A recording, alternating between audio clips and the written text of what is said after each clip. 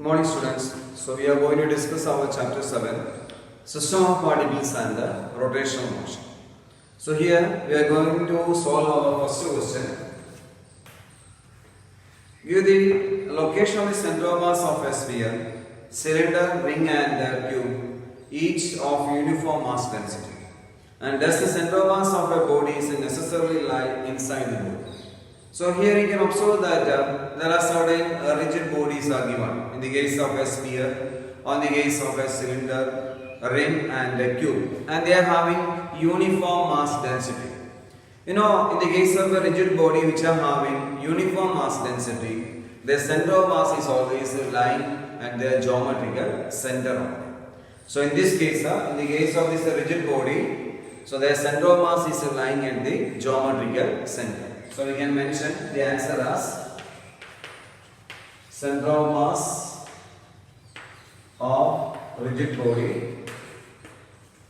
In this case, rigid body is located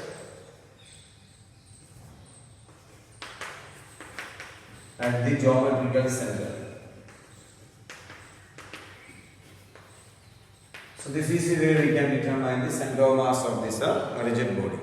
So the center of mass of the rigid body is located at the center. Now the second part, does the center of mass of a body is necessarily lie inside the body? No, it is not always. For example, in the case of a ring, we can consider the case of a circular ring. In this case, in the case of this circular ring, there is no mass of this ring is located at the center. So the center of mass is lying at the center of this ring only. So this is the point of the center of mass of this ring, we can say.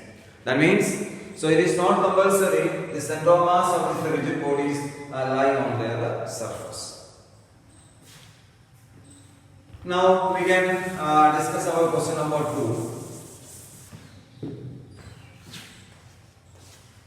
So question number 2 is this only. In the HCl molecule, the separation between the nuclei of two atoms is about 1.27 angstrom.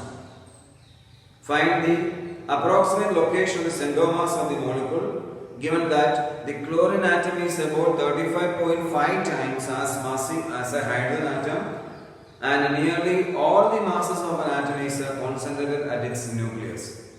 So in the given question, we have to determine the center of mass of this HCl molecule.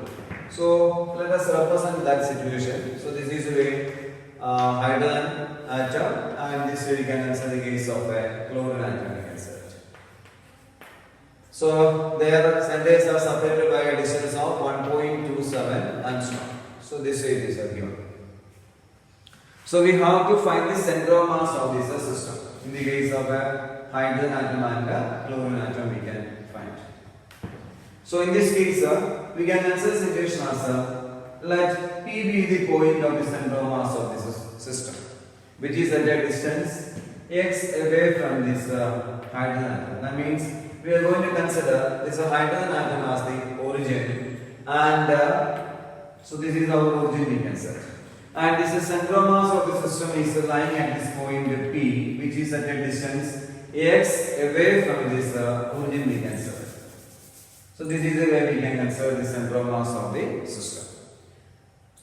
When we are considering the case of a center of mass of the system, we know the expression for the center of mass. X is equal to, what is that? Which is lying along this x-axis only. So we can say that x is equal to m1 x1 plus m2 x2 divided by m1 plus m2. So this is the expression for the center of mass of this system we can say. You can observe that here we can take this hydrogen atom as M1.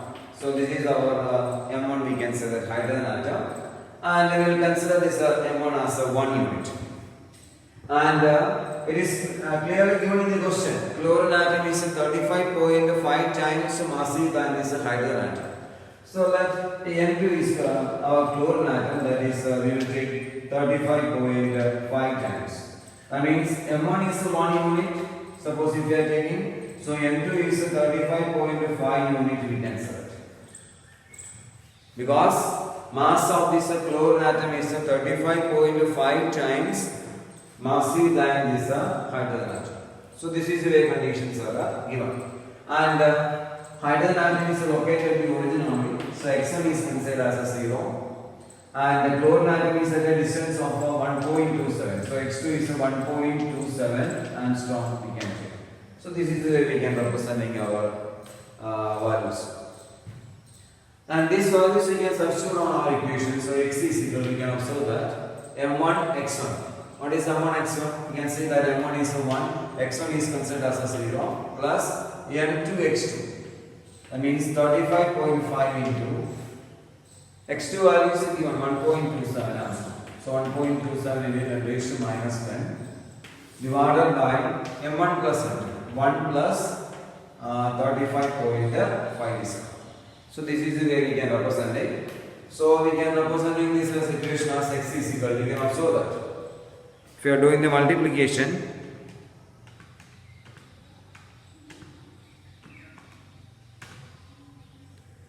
so here you will get this as a 45.08 into 10 raised to minus 10 divided by 36.5 is coming. So if you are doing this division, so you will get the answer as x is equal to 1.235 into 10 raised to minus 10 meter we will get. Or we can write this equation as x is equal to, you can see that 1.235 angstrom. So we can say that the center of mass of this system is lies at a distance of 1.235 angstrom away from this origin. That means away from this hydrogen atom. So this is the way we can determine the center of mass of the system. Now we will discuss our question number 3. Now we will discuss our question number 3. You can observe that a child is sitting stationary at one end of a long trolley, moving uniformly with a speed of v on a horizontal floor. If the child gets up and run about this trolley in any manner, so what is the speed of the center of mass of the trolley and system? So we have to find the speed of the center of mass of this trolley and system. So how we can find the speed of this center of mass of this trolley and system? So in this case we can observe that this child is run on this trolley in any manner. So we have to find the speed of the center of mass of this system.